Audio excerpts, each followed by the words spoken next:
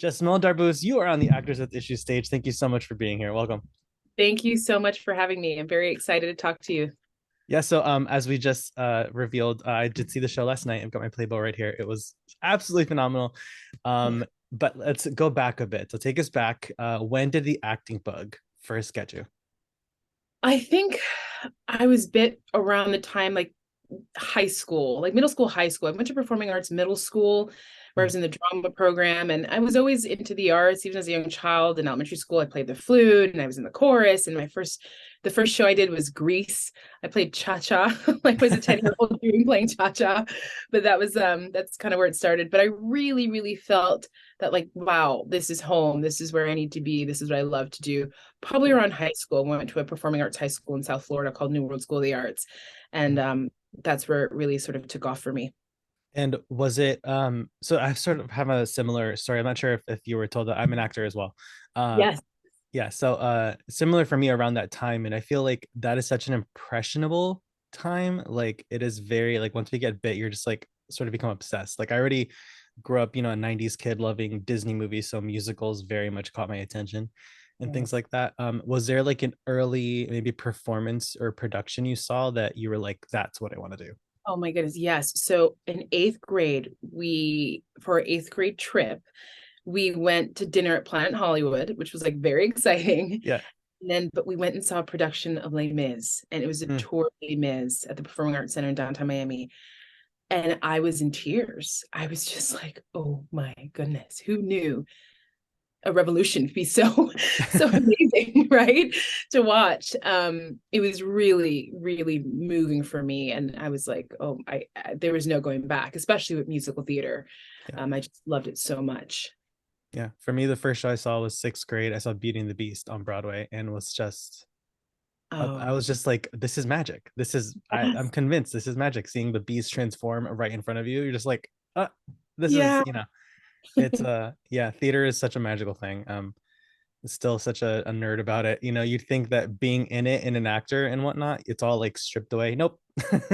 It's I'm still right life there with changing. you. I am such a theater nerd. I could talk about shows and plays and even TV and film and just the art of the craft and actors like all day, all day. Yeah, So I'm right. that's exactly why I started the podcast. It was in the very beginning of the pandemic. We actors had nothing else to do, so I knew folks would want to talk. So here we are, almost 3 years in.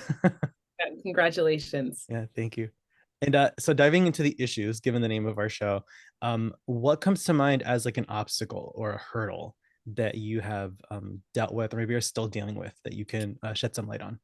Absolutely. I'm going to be quite honest with you. I'm actually dealing with it a little bit now. There's a little bit of imposter syndrome sort of Mm, creeping in and sort of not being able to really fully process where I'm at.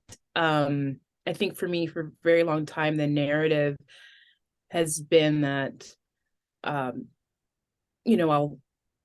I'm just like the shows that I'll get, well, they'll just be regional, or I'll just understudy because I've done understudying before, or um, there were a lot of no's. I'm going to be quite yeah. honest. Like getting here was not easy, and I had so many no's. So to be in the position of a yes, and then in a yes that's of this magnitude, is really hard for me to process right now because I Yeah. still sort of see myself as this struggling actor who works waiting tables and is eating like, you know, cheaply because Yeah. I don't have enough Ramen. money, right? And then I have two kids, and it's like I'm juggling all these other different hats. And I am honestly, seriously, had a little bit of imposter syndrome, and I'm sort of reminding myself whenever I can that I'm like, no, you are exactly where you need to be. You are exactly where you need to be, and no one's ever really talked about that as like what happens when you do hit something that's successful, right? When for so Mhm. long you haven't had that success. Yeah. So that's sort of what I'm battling with right now, Yeah. and receiving and accepting where I am. Yeah. It's such a process. I mean, I spoke with Patina Miller. She was kind of one of our like first big guests, and Yes. she was in, I think season one was about to come out of her show on Stars, raising Canaan. Is that what it is? Raising Canaan. Do you know Patina Yes. and I? Patina is one of my closest friends. No way. Are you kidding? Yes, we were both each other's bridesmaids. We've both been pregnant together. Both of our daughters are going to the same school next year. Like we talk all the time. So her and I were classmates at Carnegie Mellon Oh my together. God, what a small world. Yeah. Yeah. So we've known each other Wow. since we were 17. Wow. Wow. Wow. I mean, she spoke about, this was her first time sort of like number one on the call sheet, the lead of a show. And Hmm. even she had that sort of imposter syndrome and like, well, what if the show doesn't get picked up for season two? What's the next job? I gotta, Yeah. you'd think Tony Award, other Tony nomination, 6 seasons on a show like Madam Secretary. It never ends. And it's crazy how much that sort of just, it's always in the back of our head. That Absolutely. It little, shows how yeah. powerful your beliefs are, right? And Mhm. what you think of yourself. Because here I have like proof. Like you were in a great show on Broadway alongside Jessica Chastain, and yet my brain and emotional self like can't compute Yeah. what's happening. Yeah. Yeah. It's and yeah, it's just such a thing that we're always, sadly, I feel like we're always gonna deal with. Even people, I feel like who's I think Tom Cruise spoke about it. Similarly, he's always like, that's why he's a producer and ends up Mhm. being so involved with so many of his films, because he's like, this has to be great or we can't make another one, which is, Right. it's like, dude, you're Tom Cruise. But again, it never leaves us, no matter what our Yeah. sort of status might be, because we've seen people rise and fall and we're always kind of scared maybe that might happen to us on another level. Exactly. It's that I know for me that cautious optimism, right? Because Yeah. it's like, yes, you want to be hopeful, but you also understand the realities of the industry and how fickle it is. And just because you're here right now doesn't necessarily mean, that the next gig will be just as great or, will propel you to the next thing. Um, Funny enough, this time last year, I was taking microbiology because I was planning my exit plan Mm. to become a nurse. I was like, I think I'm done with the industry. I'm done with the business. I have 2 kids. I need to find something more stable. And I was like, all right, I think I'm going to be a nurse. And, but here I am on Broadway. So it's, again, Yeah. it's so up and down, right? It's hard to kind of really need to just focus on staying present and Yeah. enjoying the moment. But Yeah. yeah, I try so hard to do that and not focus so much on the future. It's like I'll focus like a week from now, a month from now, but not the 5 year, 10 year plan. I'm like, nope, I'm gonna drive myself insane. I know myself. I'm gonna go crazy. exactly. Exactly. I hear Yeah. you. I mean, speaking of A Doll's House, I mean, Ibsen has been one of my favorite playwrights since college. I read, I forget which translation exactly it is of A Doll's House and Enemy of the People. I saw on Broadway years ago. It's just such a phenomenal writer, and Amy Herzog, I'm such a fan of as well. I mean, what young man hasn't done a monologue from 4,000 miles before? Yeah. Like everyone has, all the guys Ever. have. Yeah. So, I mean, you sort of spoke on the imposter syndrome, but what other discoveries do you feel that you've maybe made during the rehearsal process and since starting previews and opening now? Absolutely. I think the biggest takeaway from especially working with Jamie Lloyd and working with these actors at this caliber as an artist is sort of knowing that you're enough, right? In the work that you're interesting enough. Jamie in the rehearsal room kept telling us to like simplify, simplify. And as long as you're connected, it's interesting. And there's this big fear of like, is it boring? Am I not doing enough? Are you sure this is interesting? Am I interesting? And they're like, yes, yes, don't think about that. Don't worry about that. So, this willingness to surrender to the work and to trust that if you're emotionally connected to what's happening in this story, that so will everyone else watching. And that, yes, you are interesting enough. You have a wonderful perspective, and people do want to watch you and see you experience life through a whole different character. That's definitely something um I feel like in this process I've been able to sort of take with me, and I'm still kind of massaging into the brain to the brain Yeah. waves. Yeah, it's just so intimate. Like you said, it's like I totally understand that you fear, like, is this interesting? It's like, you'll be mic'd, people will hear you. It doesn't have to be sort of that larger than life play to the back row. It's like, nope, people can hear you, they can see you, Mm-hmm. because I just love how intimate it is. There's no lavish sets or flashy costumes. It's There's no all about the props to hide text it, and the right? And there's no performance. props to hide behind, or like some fancy costume to play with. It's Mhm. really vulnerable, the work that's being Yeah. done up there. Yeah, Yeah. That was my next question. Did you find it challenging being on that level of vulnerability, or were you just like super game to like dive right into I'm game. I'm it? game. It's interesting. I'm able to sort of kind of put on two different sides of myself, right? There's this side that internally is freaking out, but is able to sort of mask it with like, all right, well, let's go. We got to jump in, because once the train starts moving and it doesn't stop, you just have to invest fully. So I felt like I was definitely game for it. I also feel that because I had worked on Betrayal, I Mhm. understudied Betrayal, which was done in 2019. I was already familiar with Jamie's work and familiar with his style and what he asks of his actors to do. But I think um, had I not been familiar, it would probably be really scary Yeah. and I'd be terrified. With Betrayal, did you go on at any point during the production? Yeah, no, unfortunately, I did not get to go on, Mhm. but I was able to work really closely with Jamie's associate director. His name is John Glue, who's also the associate director for this production, and do the show. In understudy rehearsals, you meet once a week, and you run the show, and you do it in Mhm. costumes, and you do it in time with all the cues. So I was definitely prepared. But more than anything, even if I didn't get the opportunity to go on, I was just so grateful to be there and learn from these master actors. Zoe Ashton, Tom Hiddleston, Charlie Cox. They're so incredible at what they do. And it was a masterclass for me every night that I watched as an understudy, even listening to it in my dressing room. And I looked at like sort of an extension to my acting training. Here I got the opportunity to get paid training my craft and Mhm. training the craft. So it was a really, really amazing experience. Mhm. So, because you were involved with that other production, were you approached this time around, or what was that whole process like becoming involved? Yeah. So I didn't get an offer. I had to audition. I Mhm. auditioned. I had to send in a tape.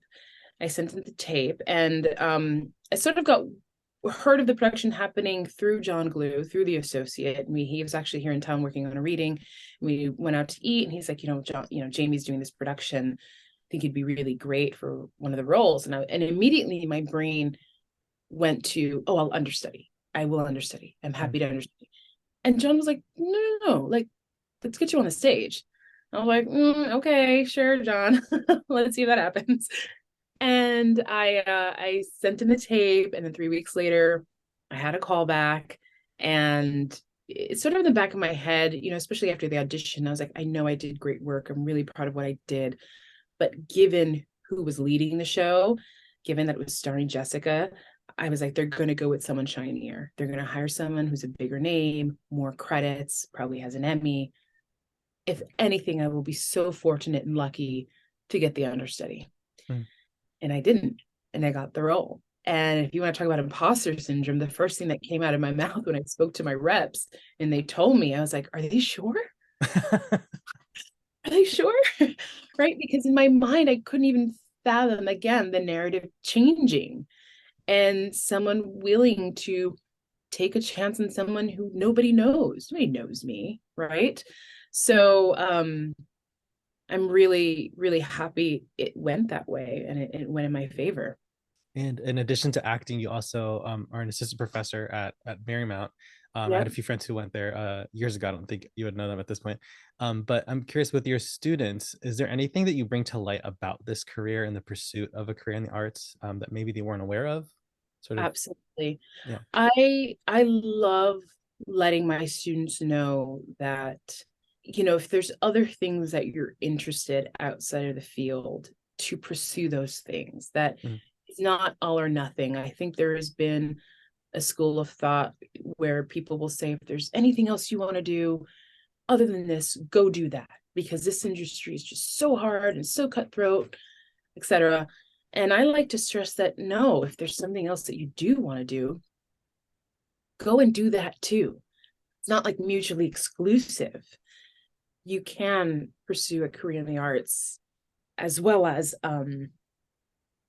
other things that bring you joy. That I think is something that I wish I was told, right? It's not Mhm. really all or nothing. You can pursue more than one passion. I sort of stumbled into the journalism industry. I did not go to school for it, but I've been working for this, writing for this website now for 6 years, and now do a separate podcast for them as well. And people ask like, "Oh, like, are you not acting anymore?" I'm like, "No, I still have like an agent and manager, and I still audition. It's just I like to do this too, and it keeps the lights on. It's better than you know." I would not go back to my minimum wage job at a gym. Instead, I get to speak with actors, and it's been such a joy and brings me joy. Yes, it's work, but it's still something that I'm so passionate about. Yeah. Yeah, and you're able to graduate with life skills. Like I didn't even really know how to write a cover letter coming out of college. I went to a conservatory and all we did was focus on the theater. I knew how to like make a 32 bar cut of a song, right? But I didn't really know how to do, a cover letter. So I think it's so important to develop other skills that can then aid you in pursuing the profession and not going broke. Yeah. Because the reality is that a large percentage of us have day jobs. I spent the bulk of my career, and still am, was most of it was serving tables, which I'm so grateful for, and working in like so many restaurants. And then I transitioned into teaching, where I was like, I can't do the restaurants anymore. Let me look into this other direction where I'm still in the field and still in the arts and doing what I like, but as an educator. Yeah. And I'm curious because you sort of mentioned that, lots of actors do go to conservatories and sort of just like, eat, sleep, and breathe the arts. Is there anything that you feel that maybe isn't taught in that setting that should be something that was missed? Yeah, absolutely. I mean, I don't think, and I actually got this from Ariane, Mm. who was on Succession. He plays Torvald. And we were talking about it. And I completely agree with him that in school, you can get all the training you want, but to really have a full career, you're not taught tenacity, you're not taught resilience, you're not taught grit, you're Mm. not taught what it means to really hustle and go after this. And that is something that you learn in the real world, in the doing, or you inherently have it in you enough. And not everyone has that. You said real world, and I just remembered that last moment in the show where that it's funny with you mentioned the audience. We were very vocal last night, and Oh my God, it was during amazing last yeah night. during that Very moment, cool. there was a huge laugh. And I was sort of confused, like, why are they laughing? And I don't find it particularly funny, but then it's just jarring. And Yeah, then this like roar of applause, like she's literally stepping out into the fourth wall, shattered. Like, just it was so impactful. It's just, again, congrats on like such a phenomenal show. Like, I thank you. was Thank just you so so much. floored. Yeah. I'm so glad you enjoyed it. It's such a gift to be a part of it now, and to see Nora walking out into the streets of New York City, right, to find herself. Yeah. It's amazing. Yeah. And our last question is Yeah. always in 10 words or less. What advice would you give to a young actor? Mhm. I would say it's a combination of two, right? Know that you're enough. It's four, and know your worth. I think in an industry where we really rely on so much validation and other people to tell us that we're worthy, all right, worthy of a job or good enough, as actors in any field, you have to know your worth and your value for yourself. Awesome. Jesmille, thank you so much for taking the time to chat with us today. Absolutely. So great talking with you. Thank you for Yeah, having me. absolutely. And on a social media, Instagram, anywhere, if our fans want to give you a follow, where can they find you? Yes, you can find me on Instagram at Jesmille D, D as in dog. Also Jesmille Darbouze will pop up as well. Yeah. Awesome. And folks, you know the drill. You can follow us on Instagram at Actors with Issues. Give me a follow at Juaniel Official and subscribe to our show on YouTube, Spotify, wherever you get your podcasts for new episodes every Monday and bonus episodes throughout the week. And go to the Hudson Theatre and see A Doll's House on Broadway right now through June 10th. Is that the end of the run? I June think 11th. June June 11th. I was 11th, off by one day. Sunday. Don't worry, which is crazy because that's Tony Sunday. So we'll have You guys close on Tony Sunday? Yes. Wow, what an We after party. I do. mean, So, oh, let's see what that after party is going to look like. Hopefully, we're all going to the Tonys. Fingers mhm, crossed. But if we get to celebrate from a bar, that's all great too. yeah.